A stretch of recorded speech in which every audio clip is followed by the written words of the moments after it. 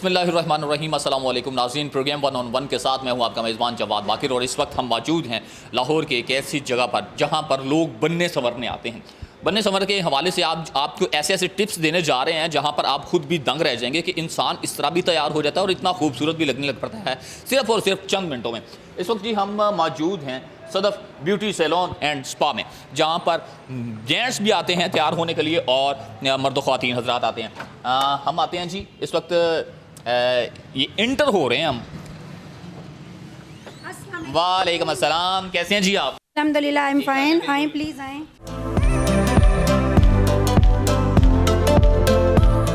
लेकिन जी सदफ राशिद हमारे साथ हैं, जिस तरह कि इनका पहले भी मैंने तारुफ करवाया कि इनके सलून में आज हम मौजूद हैं जहां पर ना सिर्फ ख़ातीन बनने संवरने के लिए आती हैं बल्कि इनके साथ साथ जो हैं वो मर्द हजरात भी यहाँ पर आते हैं मसाज वगैरह के लिए और जो मसाज के लिए अपने आप को खूबसूरत बनाने के लिए। आज आपको ऐसे इनसे टिप्स लेके देंगे जहां पर इंसान मिनटों मिनटे खूबसूरत हो जाता है। वो कैसे होता है ये इन्हीं से पूछेंगे। सबसे पहले तो आपको वेलकम करते हैं जी, और दूसरी बात आपसे ये पूछना चाहेंगे कि मेकअप सबसे पहले हमारे नाज़रीन को बताइएगा कि कितनी टाइप्स क्या है कि जो घरों में ख़ास तौर पर ख़ातीन जाती हैं, फंक्शंस में जाना होता है उन्होंने, कोई पार्टी मेकअप होता है, कोई किस तरह का मेकअप होता है, कितने किस्म का मेकअप है?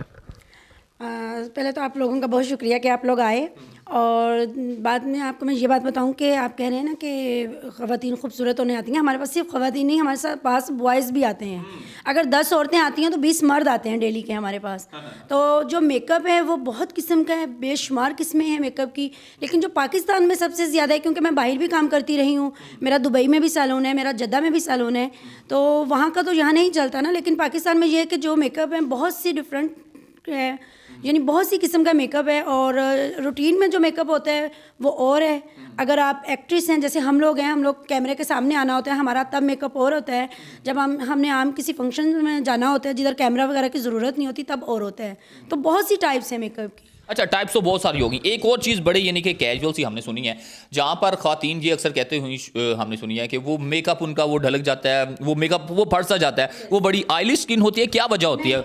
वो ये होता है कि आप लोग ये जो लोग कहते हैं ना कि मेकअप हमारा ख़राब हो गया है, उसकी सबसे बड़ी वजह ये होती है कि जो ब्यूटिशियन होती है ना, एक तो वो एक्सपर्ट नहीं होती, दूसरा वो जो प्रोडक्ट्स यूज़ करती हैं ना वो प्रोडक्ट्स यानी अच्छी नहीं होती, लोकल होती हैं जी, ब्रांडेड नहीं होती, ब्रांड नहीं होता। यानी अब मेरे सैलून में जो मेकअप यूज़ हो रहा है सबसे ज़्यादा वो सेफोरा है, मैक है, और इसके बाद पाकिस्तान में कैरोलैन बहुत चलता है। यानी ये ब्रांड्स हम यूज़ करते हैं।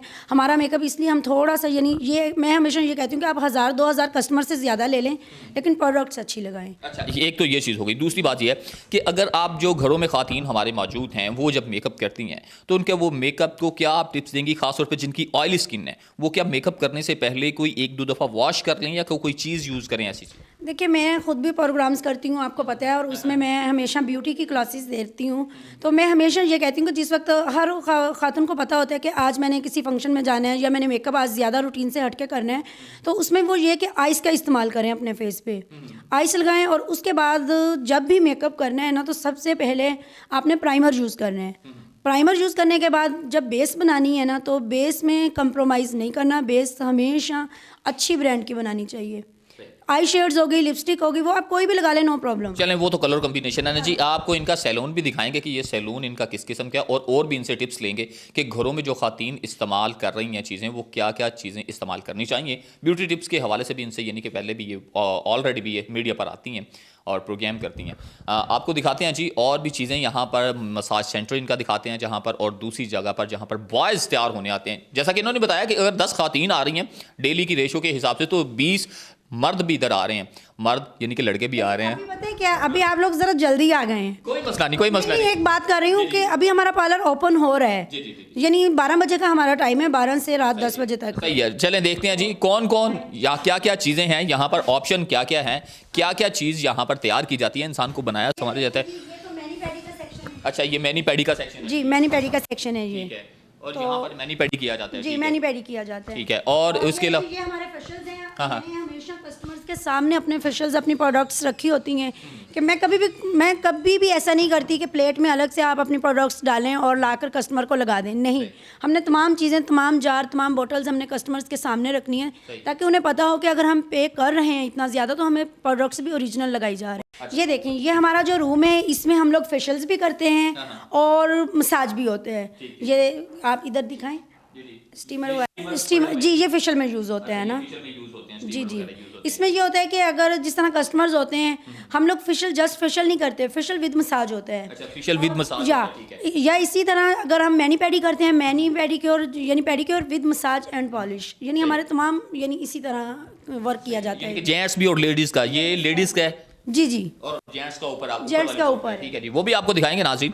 और इसके अलावा ये साथ वाले रूम में हमें कुछ नज़र आ रहा था जी, इसके भी देखते हैं, जहाँ पर ये भी एक बहुत खूबसूरत सा स्पेशल सा रूम बनाया हुआ है, जहाँ पर इंसान आते ही बिल्कुल रिलैक्स सा तो हो जाता है। अच्छा, ये भी वही है जी, ये नहीं ऐसे होता है ना कि कस्टमर्स हमारे पास ऐसे होता है कि जैसे टीचर्स हैं या बैंक से लड़कियां आ रही हैं या अपना डॉक्टर्स हैं, दो दो तीन तीन दोस्तें आती हैं इकट्ठी होके, तो फिर आप दो लोगों को एक जगह पर तो आप नहीं उनका फेशियल कर सकते ना, फिर एक इधर है एक उधर है, तो ये नहीं, इसलिए हमने ज़रा रूम ज़्यादा सेट किए हुए हैं इसलिए। अच्छा सर, ये बताइएगा, ये तो तमाम बातें हो गई हैं, इसके अलावा ये बताइएगा, कभी ऐसा कस्टमर कोई आ गया जो बड़ा खपती सा हो, उसको आप कैसे सेटिस्फाई करते हैं? ऐसा खपती कस्टमर कभी नहीं, मेरा ख्याल है कि डेली अगर हमारे पास 100 कस्टमर आते हैं तो एक कस्टमर बीच में से ऐसा होता है। अच्छा, तो फिर उसे कैसे आप हैंडल करते हैं?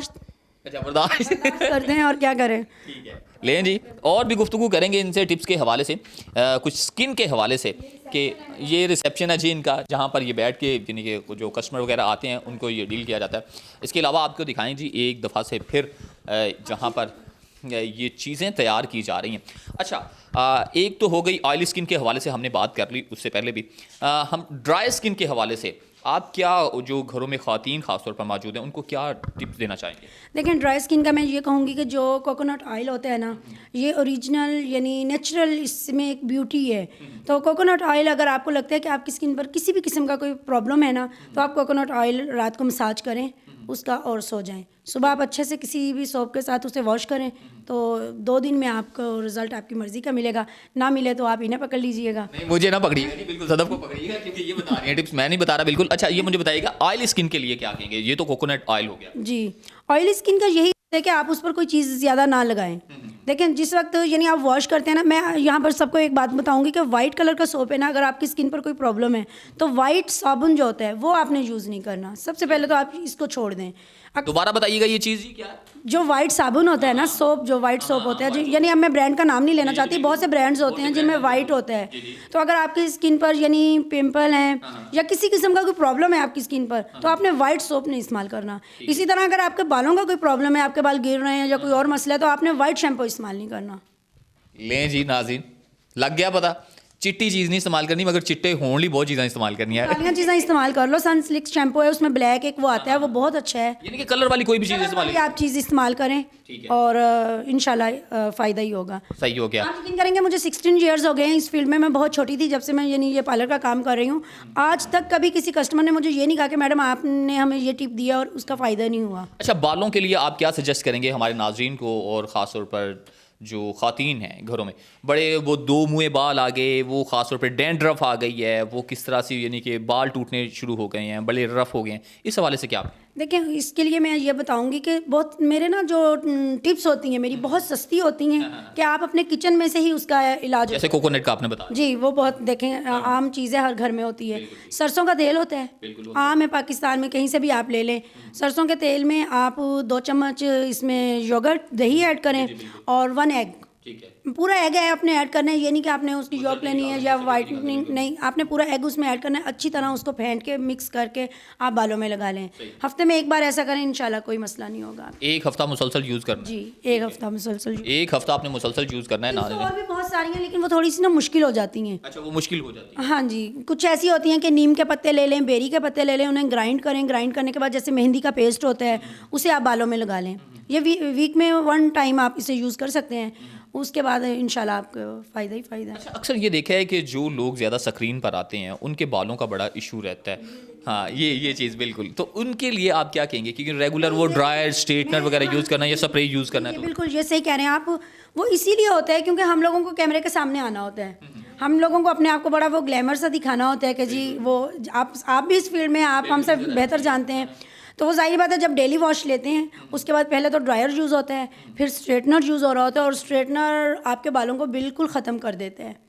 तो इसके लिए क्या कहेंगे, इसके लिए करेंगे क्या? इसके लिए यही है कि आप ना स्ट्रेट ना करें हेयर, आप स्ट्रेटनर को आप यूज़ ना करें, वो आप उस तरफ दिखाएं, वो देखें, वो भी एक मेरी कस्टमर है, उन्होंने पार्टी में जाना है तो वो स्ट्रेटनर यूज़ हो रहा है। अभी ये तो होता है कभी कभी इन लोगों पर, जब हम लोग करते हैं तो फिर डेली वाला काम हो जाता है, फिर वो थोड़ा आपको पता है कि बाल तो ख़राब होने ही है ना। बाल ख़राब होने, अगर जी इस्त्री पर उसे ज़्यादा गर्म करके आप कपड़ों पर भी फेरेंगे तो आपके वो निशान पड़ जाएंगे और वो जला देंगे। इसी तरह बालों का भी है, बालों की अगर हिफाजत करनी है, उन्होंने बताया कि किस तरह से बेरी के पत्ते और नीम के पत्ते उन्हें ग्राइंड करें, उनका पेस्ट बनाएं और अपने सर पर लगा लें, बाल VIP लोशन से हो जाएंगे। इसके अलावा इन्होंने ड्राई स्किन के हवाले से बताया कि जहाँ पर कोकोनट ऑयल इस्तेमाल किया जाए। और भी आपको नाज़रीन चीज़ें बताते रहेंगे, मगर आपको दिखाएंगे एक लम्हे के बाद जहाँ पर जेंट्स किस तरह से तैयार होते हैं, किस तरह से 5 मिनट में वो खूबसूरत करने के टिप्स भी हम इनसे मजीद भी जांचेंगे। इस वक्त आपको जी सदफ सैलून का, जहाँ पर सदफ ब्यूटी सैलून है, वहाँ पर लिए जा रहे हैं जहाँ पर जेंट्स तैयार होते हैं। जेंट्स किस तरह से तैयार होते हैं वो आपको दिखाएंगे, किन किन मराहल से गुजरते हैं। आपका गुड नेम क्या है जी? ताहिर। ताहिर साहब जी, ये देखेंगे ड्रायर इस्तेमाल कर रहे हैं, कस्टमर इनके पास आए हुए हैं।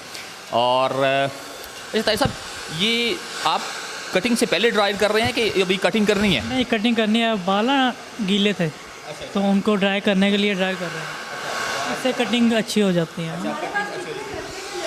अच्छा, सब एक्सपर्ट हैं? सब एक्सपर्ट हैं।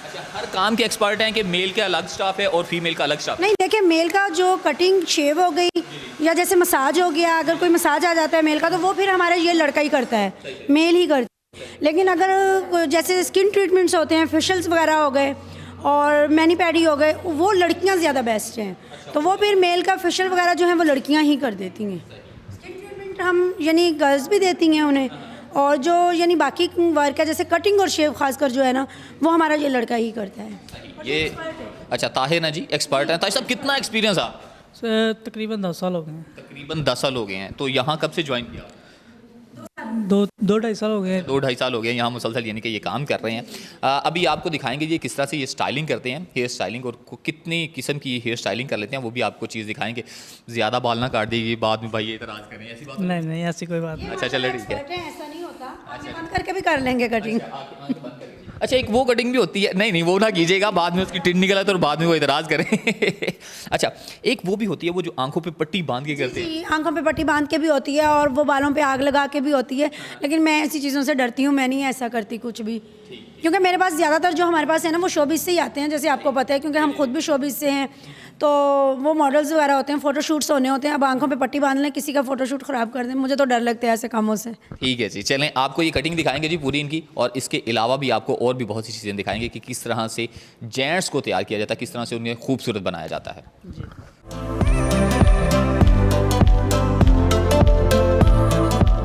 नहीं जी, सदफ जैसा कि हमारे साथ सारी प्रोग्राम में हमारे साथ रही, इन्होंने पूरा विजिट करवाया अपना जो सैलून है इनका, कि कौन कौन से इसके पोर्शन डिपार्ट्स बनाए हुए हैं, किस तरह से काम होता है, वो भी हमने आपको दिखाया। कुछ टिप्स भी हमने इनसे जानी जो कि बिल्कुल शॉर्ट सी हैं टिप्स, यानी कि आप घर में भी अपनी स्किन को, अपने आप को बना संवार सकते हैं। वैसे तो ये एक निज़ाम शुरू हुआ था क्लोपेट्रा से, जहाँ पर किस तरह से पत्थरों को पीस कर कभी आँखों का मेकअप किया जाता था, कभी सुर्खी लगाई जाती थी, होंठों को किस तरह से खूबसूरत किया जाता था, कहीं पर गुलाब का जो अर्क निकाल के है, शहजादियाँ किस तरह से वो अपने आप को खूबसूरत बनाती थी, और क्या कुछ किया जाता था। खैर, आजकल तो मेकअप बड़ा आसान हो गया है, और उस आसानी को मज़ीद आसान करने के जो तरीके हैं वो आज हमने सदफ से जाने हैं और आप तक पहुंचाए हैं। अच्छा सदफ, आप जाहिर सी बात है एक्टिंग में भी आ रही हैं, मॉडलिंग वगैरह भी कर रही हैं, तो आप क्या पैगाम देना चाहेंगे ख़ासतौर पर जो यंग जनरेशन है इस फील्ड में आना चाह रही है, एक्टिंग में आना चाह रही है?